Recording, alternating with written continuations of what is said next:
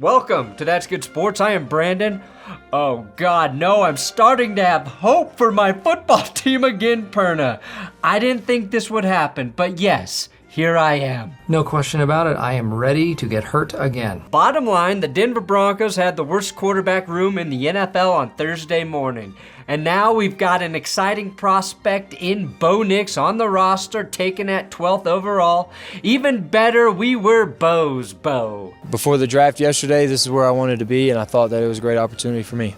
Denver was absent in the second round of the draft as we were still paying our debts for the Sean Payton trade, but the Broncos began to fill other numerous holes on the roster in the later rounds of the draft. Today, I'm here to grade, analyze, pretend like I know about all of these picks. I'm really excited, though, about their new defensive lineman, Audric Estime. Wait, what? That guy's a fucking running back? A running back? I would like to begin this conversation with you by letting you know that you are hilariously jacked. So are you. Holy shit, he is hilariously jacked.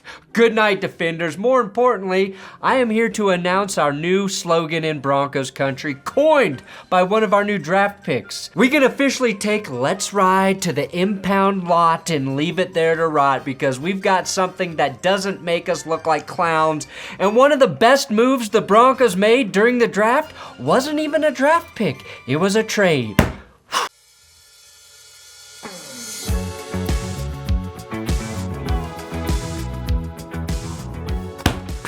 Please subscribe here. Don't forget, today is the last day. You can get the 25% discount over at benchwarmerbrew.com on my coffee.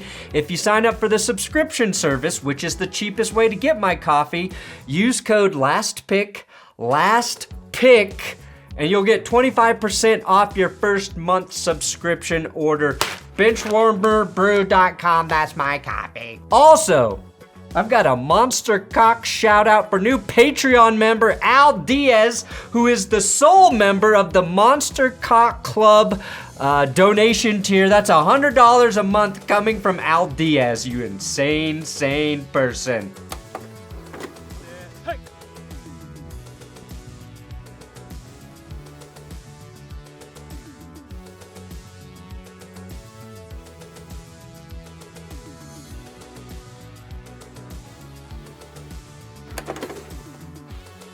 Okay, I already posted a Bo Nix video on draft night, and we have a great in-depth video about Bo if you want to really get familiar with his story and his rise. But I've got a few quick things to add about Bo. Against USC last year, and I know USC's defense was atrocious, but Bo Nix outplayed Caleb Williams in that game. Caleb had 19 completions for 291 yards and a TD. Nix 23 of 31 for 412, 4 TDs. Nix showed up in the big games and absolutely throttled lesser opponents. He lost to Michael Penix twice, but both games were close, and in the first matchup, Oregon missed a game-tying kick after Nix got them into range. In the Pac-12 championship game, Nix threw a ridiculous pass to put Oregon within 3 at the end of the game. He's not perfect, but there's good stuff there from Bo Nix in big games. Everything we've all heard from Nix, it's about fit. He's a fit with Sean Payton. Sean Payton loves him. Sean Payton's offense is right for him. Sean Payton doesn't want to secretly frame him for horrendous crime, so he spends the rest of his life in jail like he wanted to do with Russell Wilson. If that's true, Bo Nix will fucking tear it up in Denver. When Nix left Auburn, guess who was a good fit for him? Oregon head coach Dan Lanning.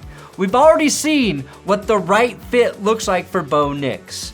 Now, he found the right offense, he found the right coach in Dan Lanning, whose kids he babysat along with his now wife. If a coach trusts you with his kids, that's a huge vote of confidence. And in case you were wondering, Bo Nix's wife, her maiden name is Izzy Smoke. She changed it to Izzy Nix.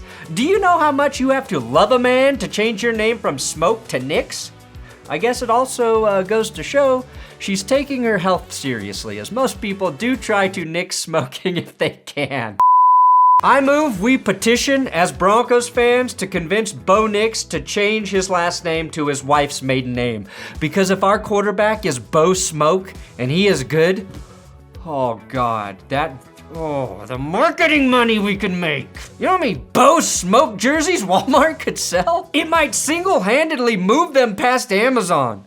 Now, Bo Nix is super religious, which does scare me a bit. Russell Wilson, big Jesus guy, didn't work out. Tim Tebow, big Jesus guy, didn't work out except for one Christ-like season. Peyton Manning, John Elway, never once heard them mention Jesus. Tom Brady never mentions Jesus. Now, this is not an anti-religion rant. I'll save that for when I die and I meet God face to face. What I'm pointing out is you want your quarterback to think they are God, not pray to one. That's my one critique of Bo Nix. Here's the great thing about Nix, though. He's going to start week 1, in my opinion. Yes, there will be some mystery and preseason competition. It's all bullshit. Because Bo Nix has 2 huge strengths for a rookie. One, he got a shit ton of reps, right? Literally more starts as a college quarterback than any other guy ever. And after being praised for efficiency and accuracy, he's constantly praised for his football intelligence. He will know more of Sean Payton's playbook by week 1 than Russell Wilson knew by week 12. Bo Nix is so smart, he knew the one place he wasn't going to was hell. Tell you where I'm not going, like places like Kansas City. I'm not going to Kansas City where Patrick Mahomes is playing. But let's move up to round 3 where Denver selected Utah edge rusher Jonah Elliss.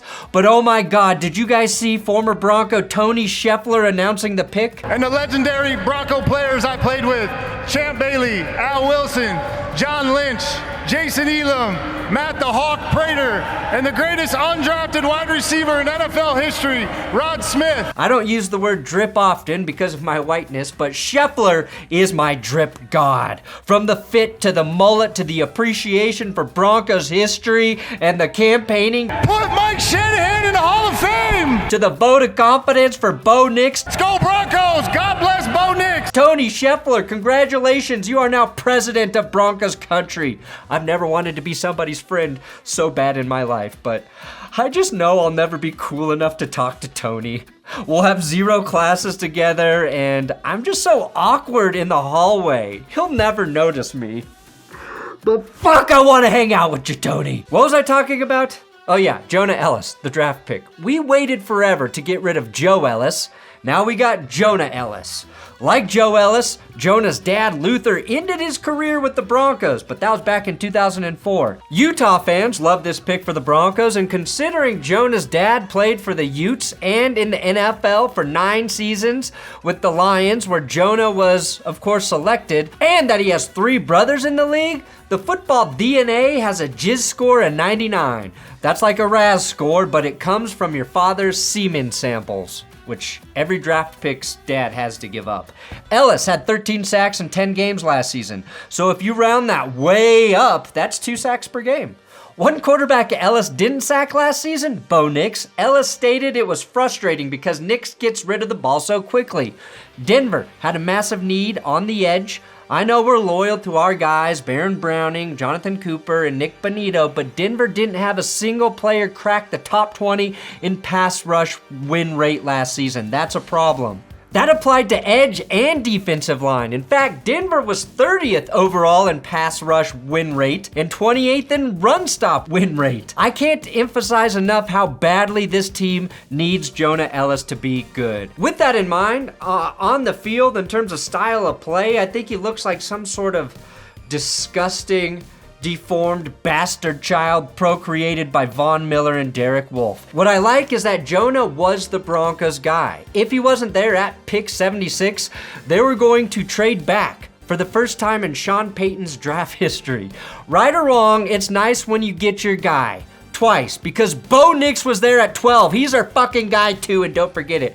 Round 4, we finally got that itchy draft trigger finger from Sean Payton as the Broncos traded up and selected Oregon receiver Troy Franklin with the 2nd pick in the 4th round. This is a great pick because in almost all of the cool Bo Nix highlights I watched, Troy Franklin was involved. I think it's fair to bring up that he's very similar to Marvin Mims in play style, who they took early last year, but this wide receiver room needed an upgrade, and now between Nix, Forsythe at center and Troy Franklin, we're really ducking this one up, aren't we?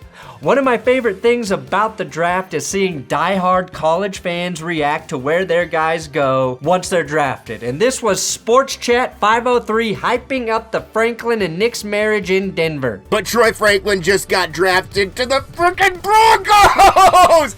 Bo Nix and freaking Troy together in the NFL?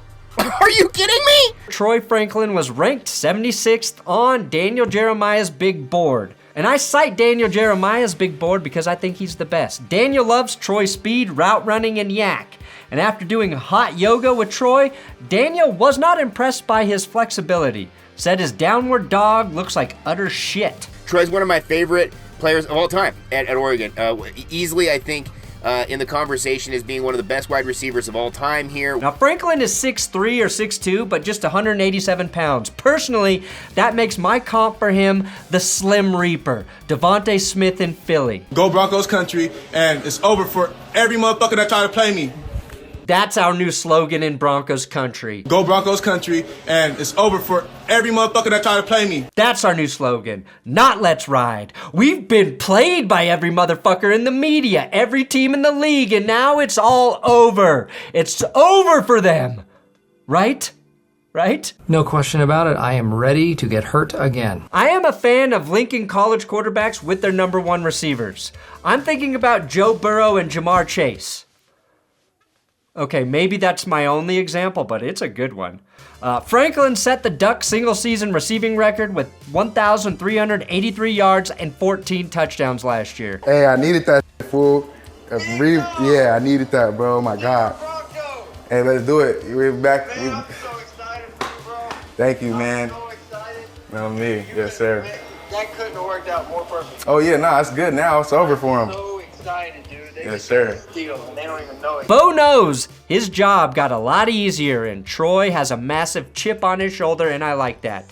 Now, what does this mean for Courtland Sutton? Sutton and Franklin are far from similar in terms of profile, but Ian Rappaport said Courtland Sutton, who certainly is one of their top returning receivers, has stayed away from off-season workouts, wants an adjustment to his contract, wants more guaranteed money. Makes a lot of sense for Sean Payton to look a little bit for the future, and I would expect teams to inquire about Sutton. I would not trade Sutton. Go back and watch 2023 Broncos highlights. 90% of them are Courtland Sutton making insane catches. Let's give Bo Nix one real veteran at receiver and see who emerges as that number 2 guy. Maybe it's Mims, maybe it's Franklin, but while Sutton is on a team-friendly deal, it makes sense to keep him. Add the guarantees he wants, too, because it will help Nix's development significantly. Then in the 5th round, the Broncos drafted Missouri corner Kris Abrams-Draine with the 145th pick, and 2 picks later selected Notre Dame running back Audric Estime. Absolute tank. Who the fuck wants to tackle this guy? He had 29 touchdowns over the last 2 seasons for the Irish, and I estimate he scores 10 TDs as a rookie and becomes the Broncos' first 1,000-yard rusher since Phil Lindsay. Between him and Javonte Williams, Denver should have a punishing run game. I appreciate all the Notre Dame fans telling me how punishing of a runner Estime really is, that he's great in pass pro, a dog. The real draft eval I appreciated was the one person who said nudes in profile. Are they his nudes? Can I see him naked? Because that's all I'm interested in right now. The critique of Estime is that he's slow. He ran a 4.71 at the combine, worked on it before the Notre Dame Pro Day, and got the 40 down to 4.58. So give him a few months, and I think we can make him a 4.2 runner. When I hear Abrams-Draine, though, all I can think about is the Raiders throwing one of their first-round picks down the drain on Jonathan Abram. Boom, roasted Raiders. According to all the scouting reports, Abrams-Draine is a versatile corner that allows defenses to play in a bunch of different coverages. So he's not necessarily the guy that's going to play on the other side of PS2. He's going to be all over the field. Abrams-Draine came to Missouri as a wide receiver and switched to corner, so he's got ball skills and a lot of production in terms of pass breakups. The consensus response I got from Missouri fans and fans of teams he locked down is Draine is a steal. Denver also added to their defensive line late, but not through the draft. They traded their 6th round pick to the Jets for defensive end John Franklin Myers. This is huge because the Broncos gave up a 2026 6th round pick in exchange for a player who started 50 games over the last 3 seasons. Denver needed serious help against the run, and that's exactly what they're getting with JFM. If you watch the Jets over the last few years, you know their defensive line is nasty. Plus, he's going to rework his contract with the Broncos. It was already pretty team-friendly. This is an incredible value trade for a huge area of need. I have no idea how the Broncos pulled this off.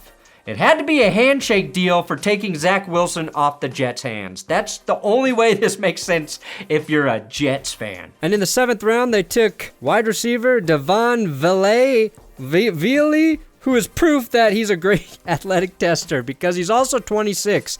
Ancient for a rookie wide receiver. And with their final pick, the second to the last pick of the draft, Denver took a flyer on South Carolina guard Nick Gargiulo, who might have the greatest mustache in the NFL immediately. I love this pick. This is Gardner Minshew in an offensive lineman's body. I have not and will not watch a single snap of this man's tape, but I will stake my entire career on him being a successful NFL player based on this one photo immediately. He played all over the offensive line, so he's versatile, and if anyone can shut down Chris Jones, it's this guy. The Broncos went all in on production in this draft. They didn't take projects. They got guys that put up numbers in college and should be ready to hit the ground running in year 1. It's over for every motherfucker that tried to play me. Thanks for watching That's Good Sports. Denver Broncos draft breakdown come back Monday. We'll be recapping the whole draft, which teams nailed all of their picks in all of the rounds, and who really messed up.